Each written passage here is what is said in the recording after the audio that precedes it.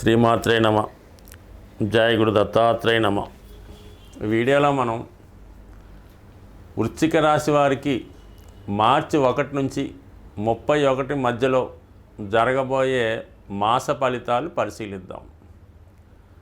వృశ్చిక రాశి వారికి ఒక విధంగా అర్ధాష్టమ శనితో పాటు అదే రాశిలోకి దశమాధిపతి రవి కూడా చేరడం జరిగింది.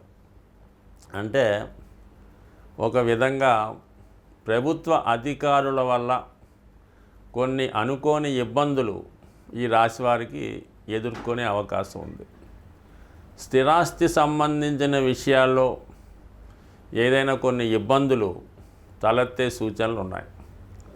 అలాగే మీ యొక్క తల్లిగారి యొక్క ఆరోగ్యం కొంత జాగ్రత్తగా చూసుకోవాల్సినటువంటి సమయం. అంటే ఈ కొద్ది రోజులు, అంటే మార్చి 14వ తారీఖు వరకు చతుర్థ స్థానంలో అత్యంత శత్రుగ్రహాలైనటువంటి రవి శని చతుర్థ భావంలో కలియడం వల్ల ఈ విధమైనటువంటి కుటుంబంలో చికాకులు, ముఖ్యంగా విభేదాలు, తండ్రి గారితో కానీ తండ్రి సమానమైన వ్యక్తులతో కానీ లేదంటే మీ యొక్క సంతానంతో కానీ ఆస్తిపరమైన విభేదాలు, గృహంలో ఒకరికి పడకపోవడం వల్ల గృహ వాతావరణం చాలా క్లమ్జీగా అసహనంగా ఉండడం జరుగుతూ ఉంటుంది. అంటే ఇంటికి వెళ్తేనే ఇబ్బందికరంగా ఉండే స్థితి కనబడుతూ ఉంటుంది.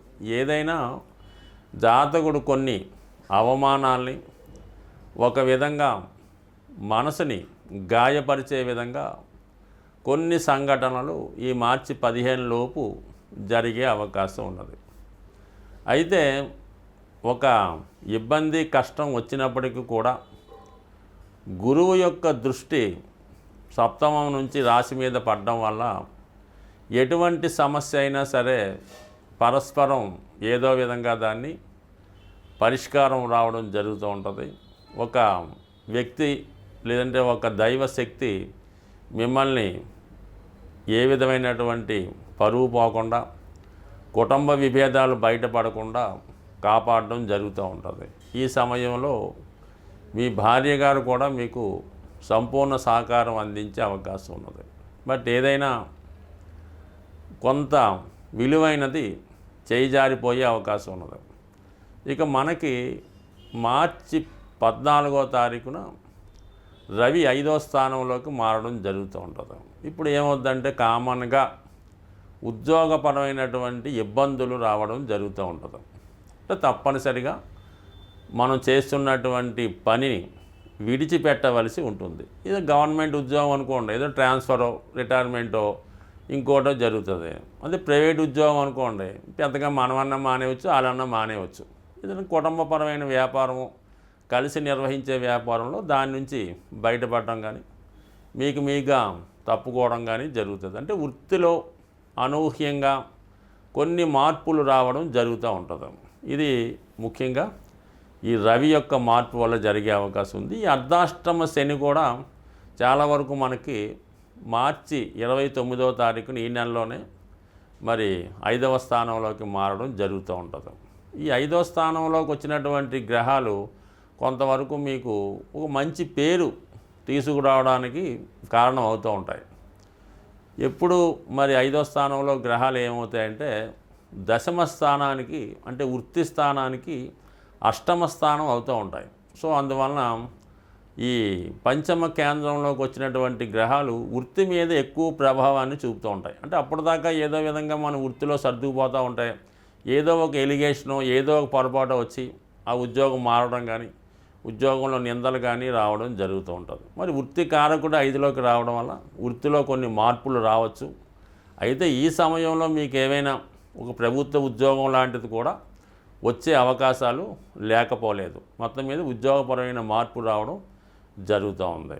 ఇక ముఖ్యంగా మనకి సప్తమ వ్యయాధిపతిగా ఉన్నటువంటి శుక్రుడు పంచమ స్థానంలోకి వెళుతూ పంచమాధిపతి అయినటువంటి గురువుతో పరివర్తన చెందడం జరిగింది.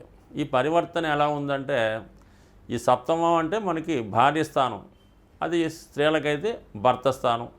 5లోకి రావడం జరిగింది. అంటే ప్రేమ వివాహానికి, అంటే ప్రేమించి పెళ్లి చేసుకోవడానికి ఇది ఒక విధంగా కారణం అవుతూ ఉంటుంది. అయితే ఇక్కడ ఏమైంది, రాహువుతో కలియడం వల్ల, అటు వక్ర పరివర్తన వల్ల ఏంటంటే శుక్రుడు రాహుతో కలుస్తున్నాడు, గురువు రాహుతో కలుస్తున్నాడు.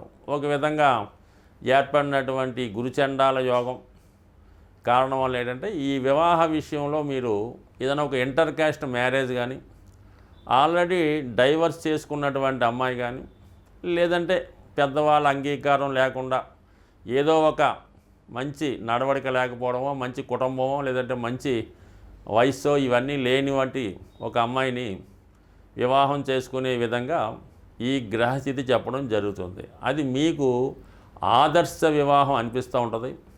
అది బయట వారికి ఇదొక వివాహంగా అనిపించే అవకాశం ఉంది. కాబట్టి ఎప్పుడన్నా సరే ఈ రాహు ప్రభావం ఉన్నప్పుడు ఎలా ఉంటుందంటే, మీరు చేస్తున్నటువంటి పని మీకు మాత్రమే మంచి అనిపిస్తుంటుంది, అది ఒక ఆదర్శం అనిపిస్తూ ఉంటుంది. మిగతా వాళ్ళకి మాత్రం చాలా చికాగ్గా, అసహ్యంగా అనిపించే అవకాశం ఉంది. ముఖ్యంగా మీ కుటుంబ సభ్యుల్ని మీ నుంచి దూరం చేయడం కానీ, వారు ఇష్టపడే విధంగా. అందువలన ఈ సమయంలో మీరు ఏదైనా ఇటువంటి ఆదర్శ వివాహం చేసుకోవాలనుకుంటే మాత్రం మీ యొక్క కుటుంబానికి దూరం కావాల్సి ఉంటుంది. అలాగే కొన్ని సందర్భాల్లో సంఘానికి కూడా దూరం కావాల్సి ఉంటుంది. అలాగే ఇది విదేశ వ్యవహారాలకి, ఇంటర్నేషనల్ వ్యవహారాలకి కారణమవుతుంది. కాబట్టి విదేశ ప్రయత్నాలు చేస్తున్న వారు కానీ, విదేశంలో ఉద్యోగం పొందాలనుకున్న వాళ్ళకి ఈ గ్రహస్థితి చాలా వరకు సహకరించే అవకాశం ఉంది. ఇప్పుడు ఈ మార్చి నెల రాశి ఫలితాల్లో ముఖ్యంగా ఏంటంటే, శుక్రగ్రహం ఉచ్చస్థితిలో రావడం వల్ల కామన్గా ఈ యొక్క లోకంలో, అంటే ఈ ప్రపంచంలో, లేదంటే మన సిటీలో మనీ రొటేషన్ అన్నది బాగా పెరగడం జరుగుతూ ఉంటుంది అన్నమాట.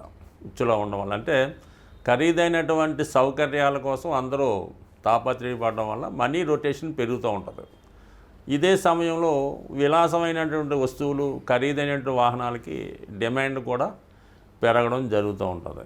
ఈ అందరూ కూడా ఏదో ఒకటి కొనుక్కోవాలి, సంపాదించుకోవాలన్నటువంటి విషయంలో ఉంటారు. దాని కొరకు ఏంటంటే, ఈ శుక్రుని యొక్క అనుగ్రహం మనం పొందాలి, శుక్రుడు అనుకూలంగా ఉండాలంటే శుక్రుని యొక్క అధిదేవత అయినటువంటి లక్ష్మీ అమ్మవారిని మనం ప్రసన్నం చేసుకోవాల్సి ఉంటుంది. ఈ లక్ష్మీ అమ్మవారిని ప్రసన్నం చేసుకోవాలనుకుంటే మరి కొంతవరకు శుక్రవారం, అంటే కొంత ప్రాంతాల్లో గురువారం కూడా అమ్మవారికి ఇష్టమైన రోజుగా చేయడం జరుగుతూ ఉంటుంది. బట్ ఓవరాల్గా శుక్రవారం అన్నది ఒక ముఖ్యమైన రోజుగా ఎన్నుకొని ఆ రోజు వరకు చాలా నియమంగా బ్రహ్మచర్యాన్ని పాటిస్తూ శుచిగా శుభ్రంగా ఉంటూ ఒక నిర్దిష్టమైనటువంటి సమయంలో కనకదార స్తోత్రం కానీ, లక్ష్మీ స్తోత్రం కానీ, శ్రీ సూక్తం కానీ పారాయణ చేయవలసి ఉంటుంది. అంటే పారాయణ చేయడం కూడా ఎలా ఉంటుందంటే, మనం ఏదైతే చదువుతామో దాని అర్థం కూడా కొంతవరకు తెలుసుకొని చేయడం వలసి ఉంటుంది. అలాగే మీ గృహంలో ఒక ప్రశాంతంగా, శుచిగా, శుభ్రంగా ఉన్నటువంటి రూమ్ని ఎన్నుకొని లక్ష్మీ అమ్మవారి ఫోటో పెట్టుకొని ఎరుపు రంగు పూలతో అమ్మవారిని అలంకరించి ఒక వెండి గ్లాసులో పాలు నైవేద్యంగా పెట్టి, ఆ పాల్లో ఏదో ఒక పటిక బెల్లం ఏదో వేసి, తేనె కానీ వేసి, లేదంటే అమ్మవారికి తేనె కూడా సమర్పించి ఆ ప్రసాదాన్ని మీరు మీ కుటుంబ సభ్యులు మాత్రమే తీసుకోవలసి ఉంటుంది. ఆ విధంగా తీసుకోవడం వల్ల చాలా వరకు ఆర్థిక పరంగా, అంటే మీ గృహం రోజు రోజుకి మంచి ఇంప్రూవ్మెంట్ రావడం జరుగుతూ ఉంటుంది. అలాగే కొంత అమ్మవారికి ఇష్టమైనటువంటి వస్తువులు సింపుల్గా ఉంటాయి, అంతే ఏమీ లేదు. తెలుపు రంగు గవ్వలు, అంటే సముద్రంలో ఉండే గవ్వలు ఒక 11 తీసుకొని, ఆ 11 కూడా ఒక మంచి పసుపు రంగు వస్త్రంలో మూటగా కట్టి మీ యొక్క క్యాష్ బాక్స్లో పెట్టుకోండి. లేదంటే గోమతి చక్రాలు ఈ రౌండ్గా ఉంటూ మరి వాటి మీద ఈ యాంగిల్లో క్లాక్ వైజ్లో సింబల్ అలాగా ఉంటుంది. అవన్నీ సరే ఒక 11 తీసుకొని మీ యొక్క వ్యాపార సంస్థలో పెట్టుకోవాల్సి ఉంటుంది. ఈ విధంగా చేసుకోవడం వల్ల సాధ్యమైనంత వరకు మీకు ధనయోగం కలవాలంటే శుక్రవారం రోజు పులుపు అన్నది నిషేధించడం మంచిది. అంటే పులుపుతో చేసిన వస్తువులు అవి తినకుండా మీరు ఆ రోజు నియమంగా ఉండడం వల్ల చాలా వరకు అభివృద్ధి అవకాశం ఉంది. బట్ అలాగే మీ గృహంలో ఒక కలశం అంటే చెంబు, కొన్ని ప్రాంతాల్లో కలశం అంటారు, అది రాగితో తయారు చేయనటువంటి కలశాన్ని తీసుకొని దాని నిండా సమృద్ధిగా శుభ్రమైనటువంటి వాటరు వేసి అందులో కొద్దిగా పసుపు ఉంచి వీలైతే పీచుతో ఉన్నటువంటి కొబ్బరికాయ ఒకటి ఆ కలశం మీద ఉంచి ఇంచుమించుగా వారం అంతా కూడా దాన్ని జాగ్రత్తగా ఉంచి మళ్ళీ నెక్స్ట్ వీక్ కొత్తది పెట్టుకోవడం వల్ల అది ధనాకర్షణ యంత్రంగా మారి మీ యొక్క వ్యాపార సంస్థను కానీ మీ గృహాన్ని కానీ చాలా వరకు ముందుకు తీసుకెళ్తుంది. అయితే ఇటువంటి కలశం పెట్టుకున్నప్పుడు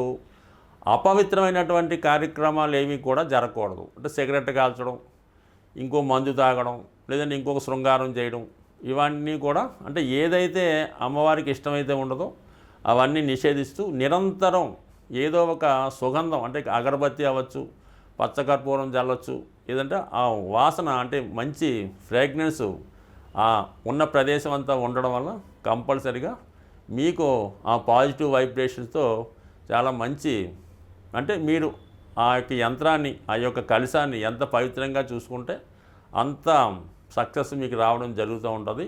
ఎక్కువగా మాత్రం ఎప్పుడూ కూడా ఏదో ఒక అగరబత్తి కానీ సువాసన వెదజల్లి అనేక రకాల పెర్ఫ్యూమ్స్ అవి వస్తున్నాయి కదా, అవి ఎక్కువ వాడడం వల్ల మంచి జరుగుతుంటుంది. అంటే చాలా వరకు అంటే వ్యక్తిగతంగా మీరు కూడా పరిశుభ్రంగా అంటే కామన్గా రోజుకి 2 సార్లు స్నానం చేస్తూ ఎక్కువగా స్ప్రేలు సెంట్లు వాడటం వల్ల అంటే ఒక ఐడెంటిటీ, ఒక శుచి శుభ్రత మీలో కూడా ఉండడం వల్ల కామన్గా అక్కడ అమ్మవారి స్థిర నివాసం ఏర్పడి ఉండడం జరుగుతుంది. స్వస్తి.